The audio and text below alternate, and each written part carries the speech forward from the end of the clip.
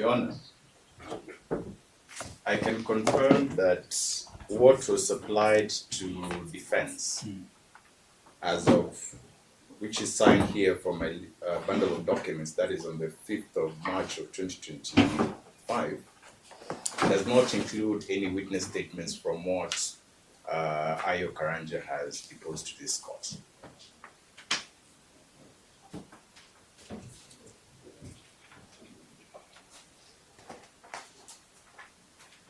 Further, if we look at the history of this matter.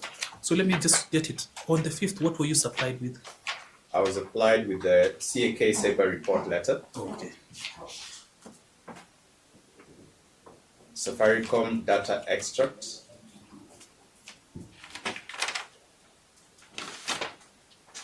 The suspect's national ID card.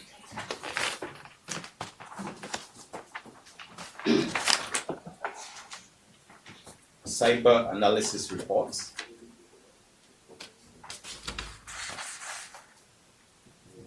The NRB reports.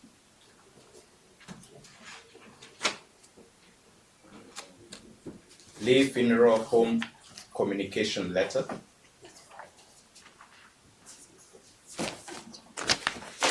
The statement of Ayo Karanja.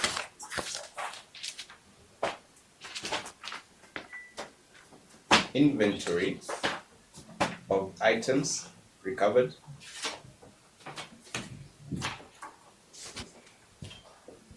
Charge and cautionary statements.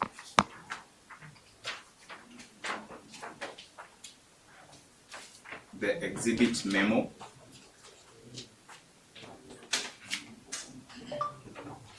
Electronic search warrants. And finally, the charge sheet.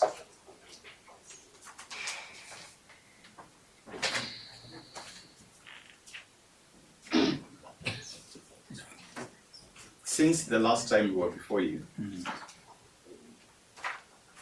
there were express directions from this honorable court as far as serving of the statements and also appearance of these particular witnesses. There is no compliance from the prosecution to that effect.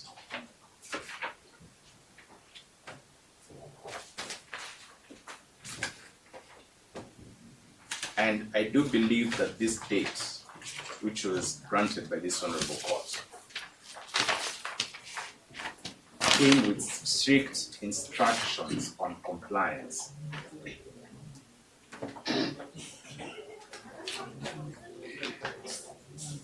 And failure to obeyance of those instructions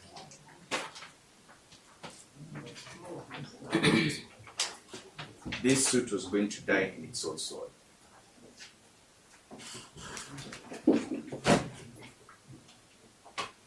That is all.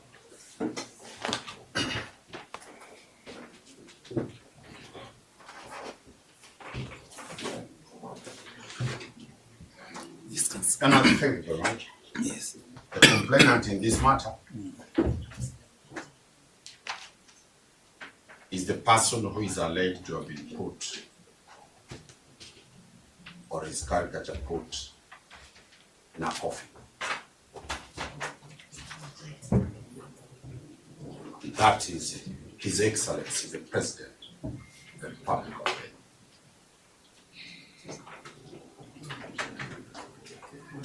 We have no statement from the complainant.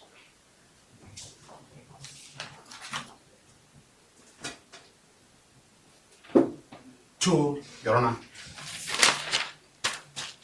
the Law Society of Kenya has confirmed that there's no witness statement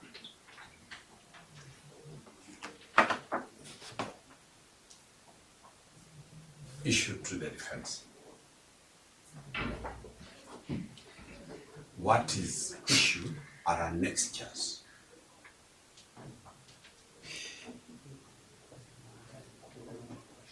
And those annexures get live through witness statements.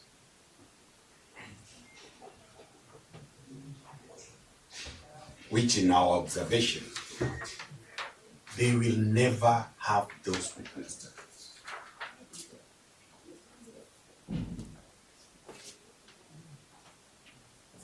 Third, Your Honor, you have been told the people bonded. One is a DCI officer. He's in a workshop, unknown.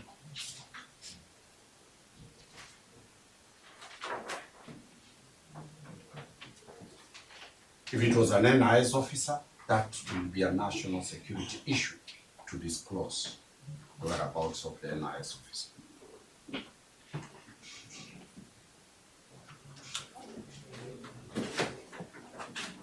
The other witness is a CAK officer.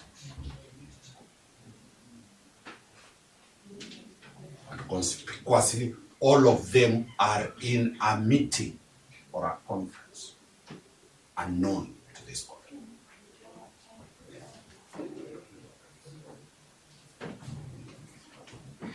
You know, this young man has been in this dock from day one.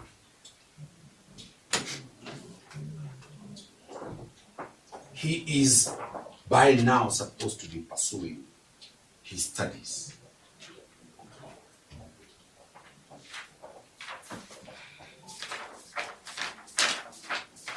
You know, he has been brought to a parking bay.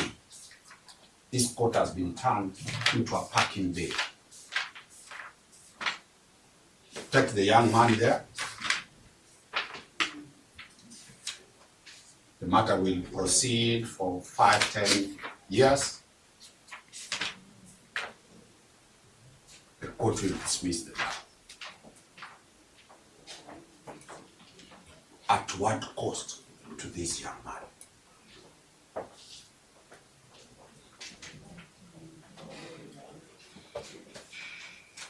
You know, the first time the young man took plea,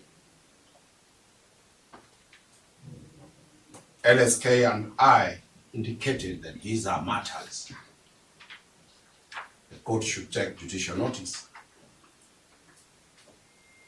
that are never prosecuted. The state will invoke Section 87A to withdraw these matters. The blame has never gone to the state. The blame goes to the judiciary. Kenyans can't understand why this young man cannot face his accusers.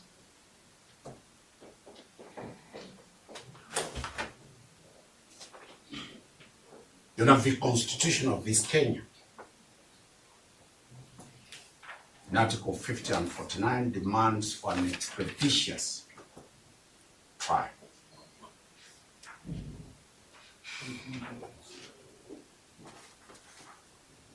This matter today was slated for hearing. No satisfactory explanation has been offered to adjourn this matter. The state has instruments when they have no witnesses to invoke. They can withdraw under 87A, arrest the young man outside the court, as they have always done, take him to charge him for terrorism. The defense will always defend the young man. But for now, this is the word of this court. This is your darling. He's pleading to this court to protect him.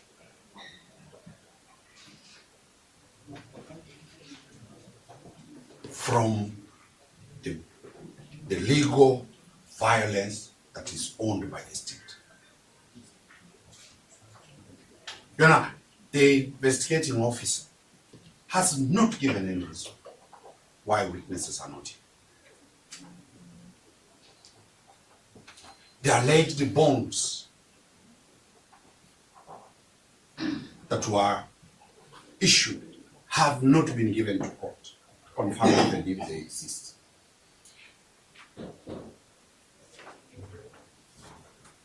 You know, I wish the court to take judicial notice that all matters that have come before this court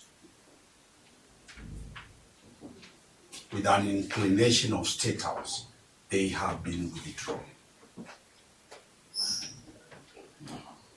None has ever proceeded, and no witness has ever appeared. One of special attention, I've been with the Law Society of Kenya from 2022, when very many activists were brought before courts for maandamano. All those matters, 872 matters, were withdrawn. Nobody was prosecuted. We are in the second wave. None of them will be prosecuted.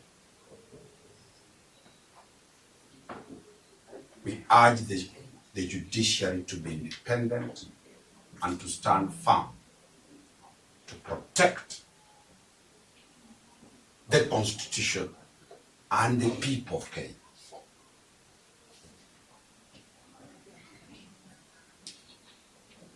You know, it is our prayer that as we are ready to proceed, we can take time allocation.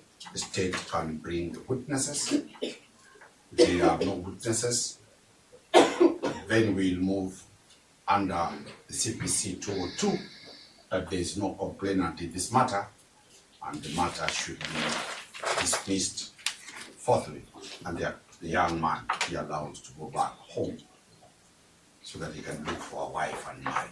I thought you said he wants to study. He wants to study and marry. No woman wants to see him because he's an arranged man. You know, kindly release it so that the love market can absorb it. Proceed. That's all. Yes. Any reaction?